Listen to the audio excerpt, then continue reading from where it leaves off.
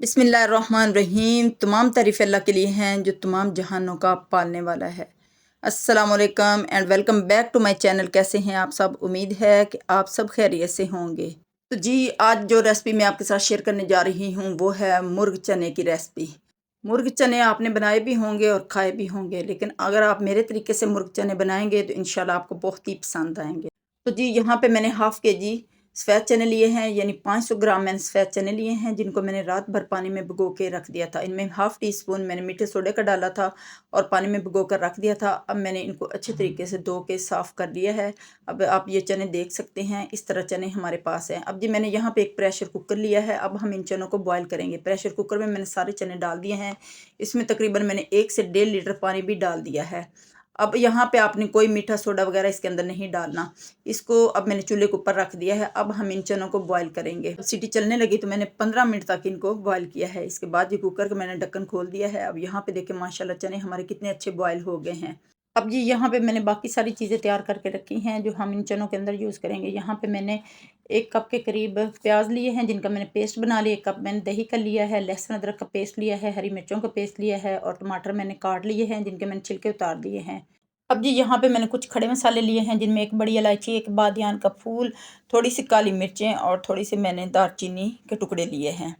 अब यहाँ पे मैंने एक कढ़ाई ली है जिसके अंदर हम कुकिंग ऑयल डालेंगे। यहाँ पे 1 से 1.5 चम्मच मैंने कुकिंग ऑयल का डाला है। इसके बाद जी मैंने 1 चम्मच भर के इसके अंदर देसी घी का डाला है।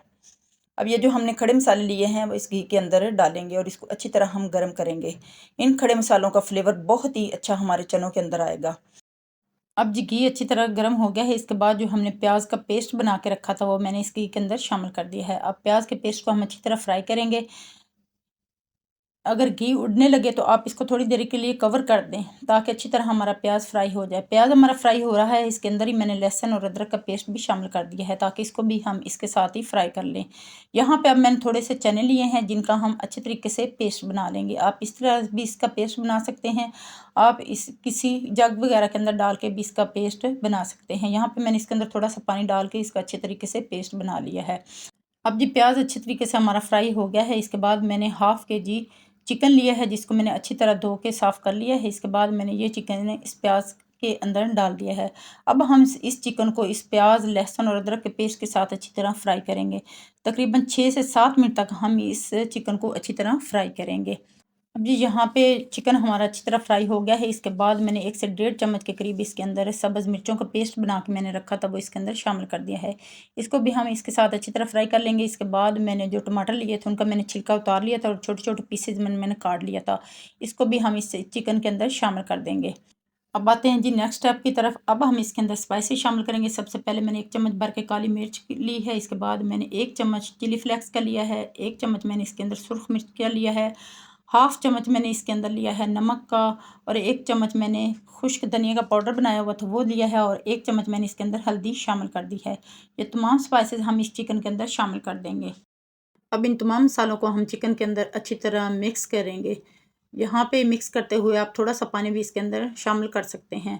यहाँ पे मैंने थोड़ा सा पानी लिया है जो मैंने इस चिकन के अंदर डाल दिया है ताकि हमारे जो मसाले हैं वो जले नहीं और अच्छी तरह हमारे चिकन के साथ भुन जाएं। इसकी बुनाई हम अच्छे तरीके से करेंगे। जब अच्छी तरह हमारा मसाला भुन जाएगा तो इसके बाद हम इसमें बाकी चीज़ें ऐड करेंगे। मसाला अच्छे से भुन गया है। इसके बाद जो सफ़ेद चने हमने बॉयल करके रखे थे वो मैंने इस चिकन के अंदर शामिल कर दिए हैं। सफ़ेद चने डलने के साथ ही जो हमने थोड़ा सा पेस्ट चनों का बनाया था वो भी मैंने इसके अंदर शामिल कर दिया है। अब इन चनों को हम अच्छी तरह चिकन के अंदर मिक्स करेंगे। मिक्स आपने अच्छी तरह करना है ताकि सारे मसाले जो हैं हमारे चनों के साथ मिक्स हो जाएं। थोड़ा सा मैंने पानी भी शामिल कर दिया है। अब हम इन सारी चीज़ों को अच्छी तरह मिक्स करेंगे। इन चनों को हम इस चिकन और मसालों के अंदर डाल के तकरीबन 5 से 6 मिनट तक हम अच्छी तरह इनको पकाएंगे ताकि सारी चीज़ें मिक्स अप हो जाएं। यहाँ पे थोड़ी देर के लिए मैंने कवर लगा दिया था ताकि अच्छी तरह ये हमारे जो चने हैं भुन जाएं। यहाँ पे अब मैंने कवर हटा दिया है। अब आप देख सकते हैं कि किस तरह हमारे जो चने हैं चिकन के साथ अच्छी तरह मिक्स हो गए हैं और मसाला भी हमारा अच्छी तरह भुन गया है।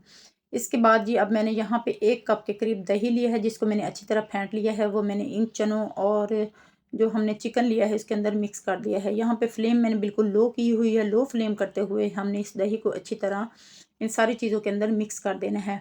इसको आपने लगातार चम्मच चलाते रहना है ताकि इसकी फुटकियाँ वगैरह ना बने और इसको अच्छी तरह हमने मिक्स करना है।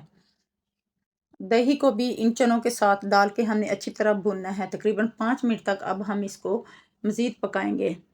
5 मिनट तक दही का जो पानी है वो भी ड्राई हो जाएगा और जो हमारा चिकन और चने हैं वो भी अच्छी तरह भुन जाएंगे। अब जी इन चनों की बुनाई अच्छी तरह हो गई है। यहाँ पे मैंने इसके अंदर पानी शामिल कर दिया है। जो चने हमने बॉयल किए थे उसका जो पानी था वो हमने वेस्ट नहीं करना, वो बाद में हम इन चनों के अंदर इस्तेमाल कर सकते हैं। वो पानी मैंने तकरीबन 3 कप इसके अंदर डाल दिया है। अब यहाँ पे मैंने एक फ्राई पैन लिया है जिसके अंदर हम अब तड़का तैयार करेंगे। 1 चम्मच के करीब मैंने देसी घी लिया है जिसके अंदर मैंने हाफ़ टेबल स्पून ज़ीरा का डाला है और 6 से 7 मैंने हरी मिर्चें काट के इसके अंदर डाल दी हैं। अब हम इसको थोड़ा सा फ्राई करेंगे। यहाँ पे देखें हमारा जो सालन है बिल्कुल रेडी हो गया है। अब ये यहाँ पे आप इसका जितना शोरबा बनाना चाहते हैं आप बना सकते हैं।